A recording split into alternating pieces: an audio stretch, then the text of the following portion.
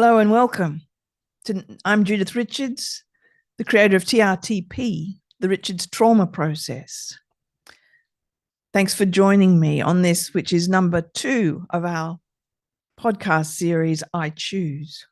In number 1, I shared some of my journey.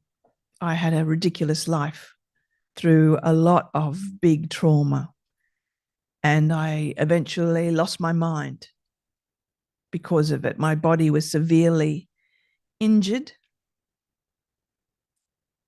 and my mind was even worse. So I had a big CPTSD breakdown. I spoke a little bit about it on the first podcast. So I disappeared into several different personalities, flashbacks, screaming nightmares, hallucinations,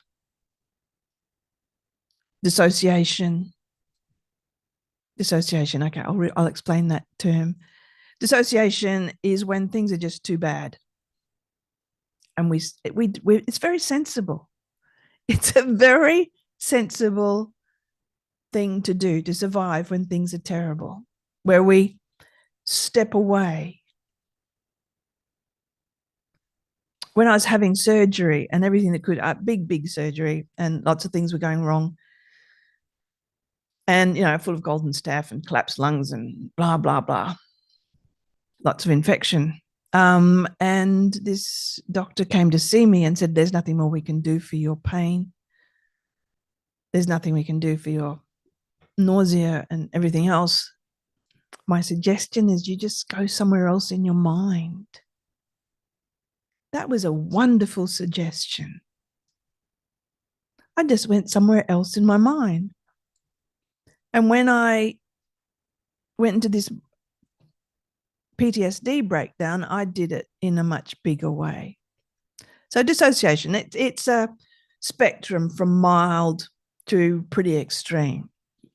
Mild is you don't like what someone's saying to you and they're going on, and so you look out the window and think about something different, go somewhere else in your mind. I used to go out of my body. Some people do this. And I would watch back into my body. I remember driving along one time on a highway, and a gentleman was in the car with me. And I just said, I'm just really curious. He said, what? I said, can I ask, do you drive from inside or outside of the car? He was very alarmed and asked me to pull over in the safest way I possibly could, and he would drive. But yes, dissociation can be an issue, but it's quite sensible. As I say to my clients, what a sensible thing to do. Just step away from the pain. So I was in all of that, and it just got worse and worse and worse. I went the mental health system route for our American friends. I went to a psychologist and had talk therapy, CBT, and EMDR. And the idea of most talk therapies is tell the story and look at it from various aspects, from various points of view, understand it. I say to the mental health professionals where I present webinars, workshops, etc., I said, haven't you noticed that, your client leaves your room feeling worse than when they came in? Because they've gone back into the trauma. They have again, traumatized by telling their story, because this is how it works. So when we remember something in order to explain it, for example, let's do a little exercise. Let's do it together. Okay. Explain to me, or imagine that you're going to have to explain, to describe your front door. and just observe what happens inside you and in your mind, in your imagination.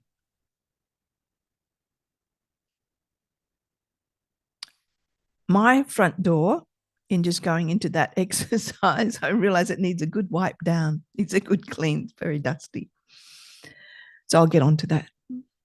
But was your experience as mine was, standing outside the front door so that you could describe it? We go back into an experience in order to describe what happened. We use our imagination. So when we're retelling some dreadful story, in order to do that, we have to go back into the event. We richly relive it in our internal world, in our imagination. And the funny thing is that our body and our unconscious actually believes what we richly imagine. It believes it's happening. Happening again. Let's do another exercise just to demonstrate this. So imagine you have a lemon. It's one of those midwinter, really juicy, just off the tree lemons. And you cut it in half. You cut a wedge off it. And you know what you're going to do? Sink your teeth in and have a good suck on that juicy, sour lemon. And it's so sour. And there's so much juice. And I'm having a really big saliva response. My body is responding as if I really have a piece of lemon. And then I'm really sucking on it. And it's sour and there's so much juice. So that's just a little quick demonstration of how our body and our unconscious believe what we richly imagine.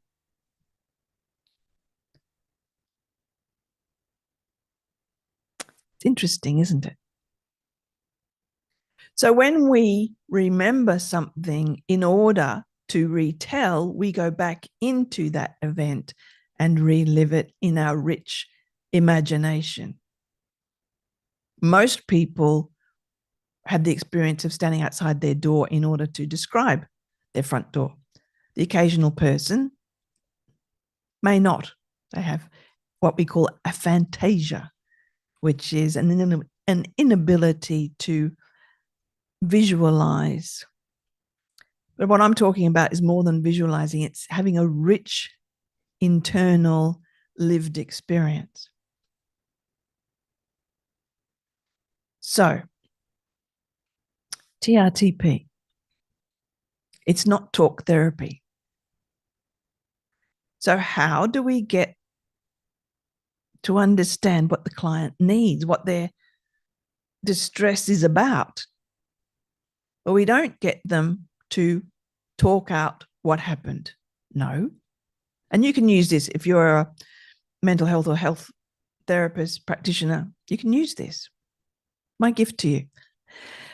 We get the client to write out the top 10 to 12 most distressing events that have happened to them, not in an essay form, just dot points. The age, the name of the event, and who was there. That's it. Not even a sentence, just a dot point, the name of the event. We don't want people to be re-traumatized. And that gives us a snapshot of that person's life. It shows us the pattern. We all have patterns in our life. Why?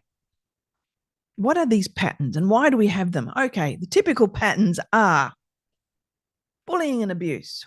Yes, I'll put my hand up for that one. The story of my life until I figured it out.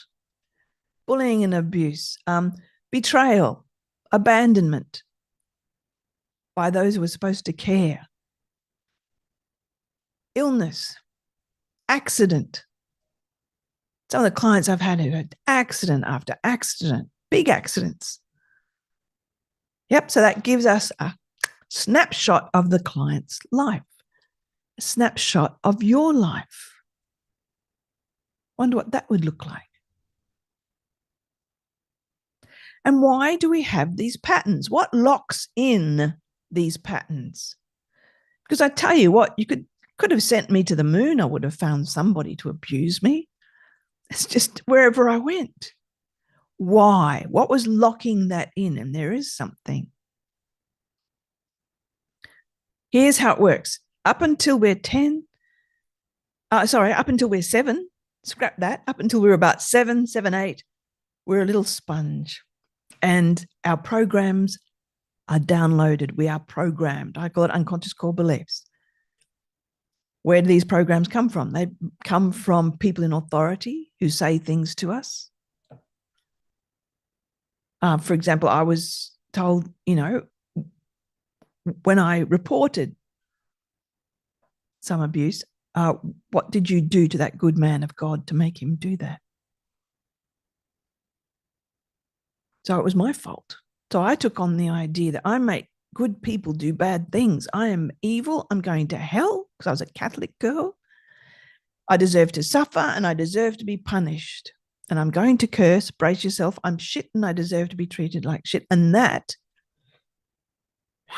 programmed in to the software and came up on the screen of my life, time after time after time, which is why we have what is called in the psychology world re-victimization. It happens again and again.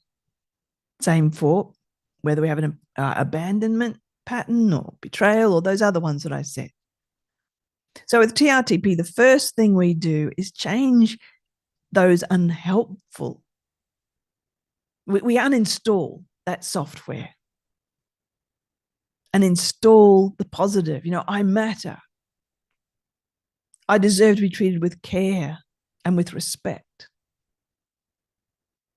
Some people just naturally have this download of all this positive stuff. Look at Richard Branson. It's safe to make mistakes. I'll still be fine. It doesn't matter. Everyone loves me. I'm lovable. But not all of us get this good stuff. We get the other stuff. So it's really like when Harry met Sally. My girlfriend was always treated with care and respect. She was never even bullied, let alone terribly abused, because she got the positive. I matter and all of that good stuff. So I wanted what she was having. I wanted that software for me. So I figured out how to very, very quickly change that software. So we changed the whole trajectory of our life. So things change. The pattern changes to positive. So that's one part of TRTP. In that first session of TRTP, that's what we do. And it's a funny thing that our identity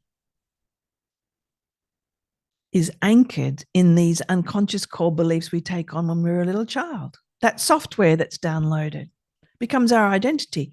So by the time I was, late teens, that's who I was. I would introduce myself even. Hi, I'm Judith. I attract violent lunatics. What can I say? It's a gift. Because wherever I did. So that was my identity. Something wrong with me. Something very wrong with me. It doesn't happen to other people.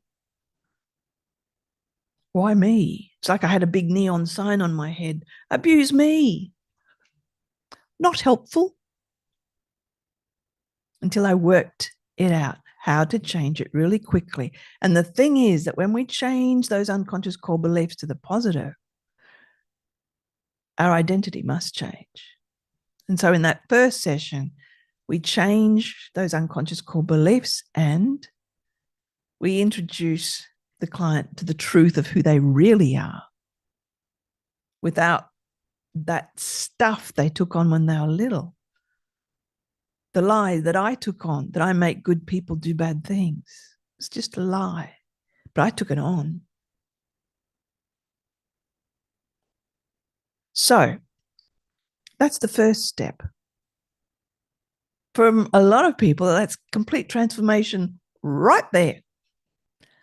But wait, there's more. Where is trauma stored? Where is trauma stored? Let's talk about that. Now, this is one of the problems with the talk therapies that I see. It's using the conscious mind, cognitive behavioral therapy. You know, cognitive, change how you think, it'll change how you feel, which will change how you behave. Cognitive to behavior therapy. Using the conscious mind to control behavior. You know those programs I talked about, that software that's downloaded when we're, in the first years of our life? Yep. Well, those, they're downloaded into our unconscious, right? That's why I call them UCBs, unconscious beliefs. They're downloaded into our unconscious.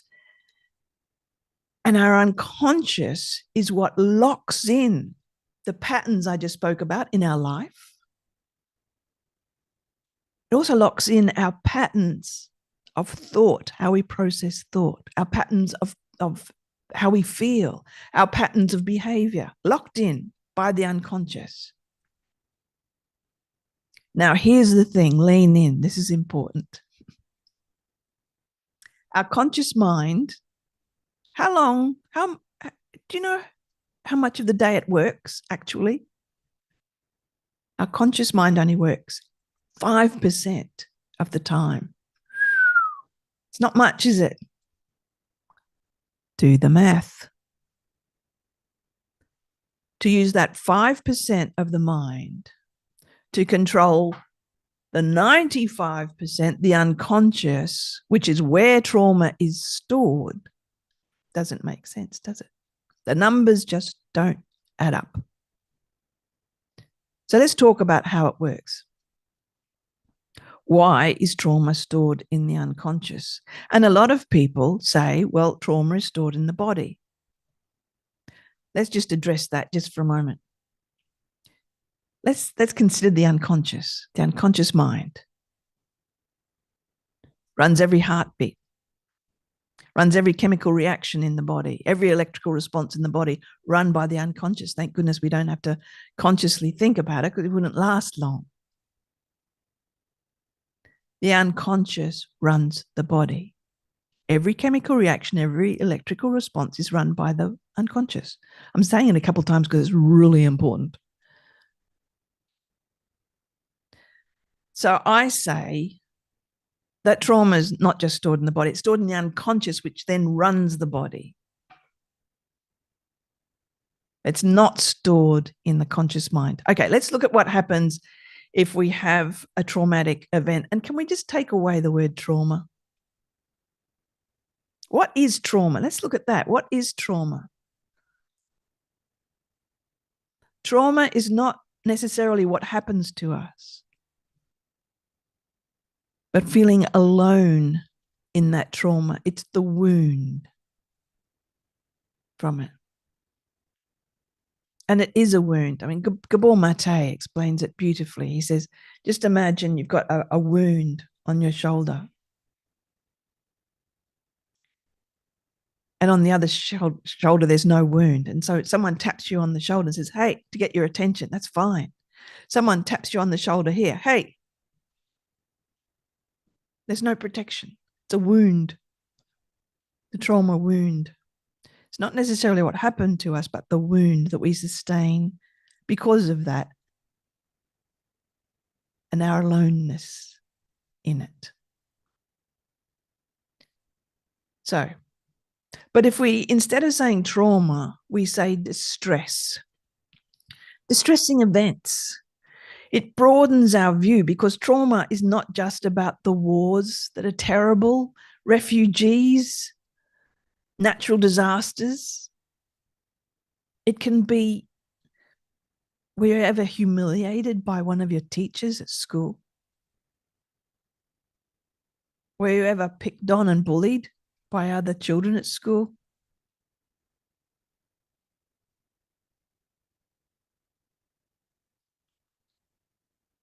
There's so much that seems like little t stuff, just everyday stuff that happens. It doesn't have to be massive, big trauma. It can be little stuff that builds up and builds up and builds up. So it can be small stuff. It doesn't have to be catastrophic stuff that's happened. So let's just quickly look at what happens. We have a distressing event. Okay, the amygdala in the brain, the emergency services, says, hey, it gets our attention very quickly. We're in danger. There is a big challenge. We're in danger. And we release adrenaline, cortisol, the other stress hormones. First job of adrenaline is to shut down every system that we don't need in order to survive this challenge. So we don't need to digest breakfast when we're running for our life. We don't need to fight an infection. So our digestion gets down-regulated. Our immune system gets down-regulated. Here's the big one. Our frontal lobe gets down-regulated. We don't need to do higher maths to figure out which direction to run in or how to punch somebody if we need to fight, because we go into fight and flight and freeze. So we have this frontal lobe shut down. In a regulated system, after we've survived, we're still here, all in one piece, it's over. In a regulated system, the heart rate comes down, the system removes the adrenaline, etc. Our respiration calms down, we breathe more slowly, deeply. And that's what happens. And the amygdala, the part of the brain here that was shut down with the frontal lobe, comes back online, says, oh, okay, it's over and we're safe, and puts that event in long-term memory, in the warehouse of long-term memory where it belongs, in the right file. And we carry on with our life. All good. In a dysregulated system that's had too much distress, that shutdown can stay shut down. And the amygdala may not come back online properly. So what happens to that event? It never is brought to an end and put in long-term memory. It's running in the unconscious. It's happening now. It's happening now. It's happening now. It's happening now. We're not consciously aware of it, but it's running in that 95%, which is the unconscious mind. And the unconscious runs every chemical reaction, every electrical response. So the body continues to behave as if that event is happening now. And that event, and that event, and that event when I was 3 and 5 and 17 and 22. And the pressure builds up like a balloon, and it can blow out into anxiety, depression, if it's catastrophic, PTSD, or physical illness. There's a big connection between immune disorders and trauma. Fibromyalgia, chronic fatigue, lupus. Bessel van der Kolk, one of the top experts in trauma, talks about the connection between those three particularly and trauma or distressing events, as we said. So how do we, instead of just dealing with the symptoms, how do we just turn off the symptoms? By turning off the reason for the symptoms. I'm anxious. What's the cause of my anxiety? Unfortunately, in mental health, there's a lot of victim blaming. It's your fault. If you'd stop ruminating about the past and catastrophizing about the future, you wouldn't have anxiety. Now, I'm not ruminating. It's running all the time in my unconscious, and my body is feeling it because it thinks that all those events that were terrible are happening now. So it's stuck with fight and flight on. It's fight, flight, and freeze. It's like the accelerator and the brake, pedal to the metal 24/7. I mean, of course, there's mild anxiety up to extreme. There's mild depression up to extreme. So anxiety stuck in the hyper aroused state of fight and flight. Heart rate fast, respiration fast. Depression stuck in the freeze state. Everything slowed down. Some people, you wonder if they're still breathing. They're so depressed. And so all we have to do is turn off those videotape loops that are running in the unconscious, which the body is still responding to as if those events are happening now. So why do we catastrophize into the future? Because I don't feel safe. My whole body is stuck in that fight and flight freeze. And so I'm looking at, well, where can the possible danger be coming from? So I have to be ready. So that's how it works in my model. Different from other models, but that's my model. And we have found extraordinary positive results with TRTP. And I found that we only have to turn off the top 3 most distressing events. We don't have to deal with all the events. We don't have to deal with every aspect of every event. It's pretty fast what we do. And how do we do it? We use the imagination. Because these events are stored in the unconscious. What's the language of the unconscious? The imagination, with just 2 words. The critical facility steps aside, and we are speaking directly to the unconscious in the language of the unconscious. 2 words, just imagine. And our conscious mind, our critical facility, steps aside. I say to a client, the richer you make your internal experience, the more profound will be your outcome. Because we step through various imagined scenarios. The end result of that is those videotape loops turned off and the symptoms disappear. No more need for management. So there we are. That's how TRTP works. Do we know it works? Yes. How do we know? We've done some major audits. There's one about to be published. We are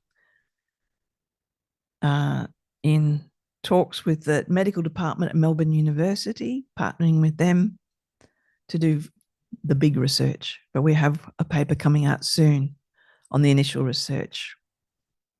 Very, very positive. So stay tuned for that.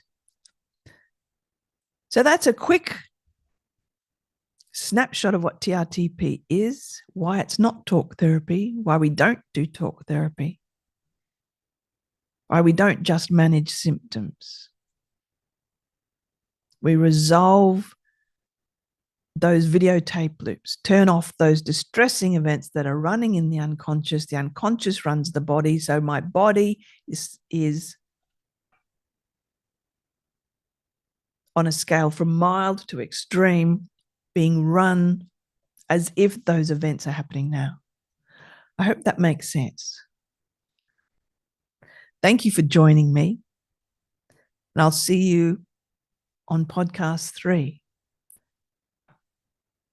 If you believe, as I believe, that we have to do better.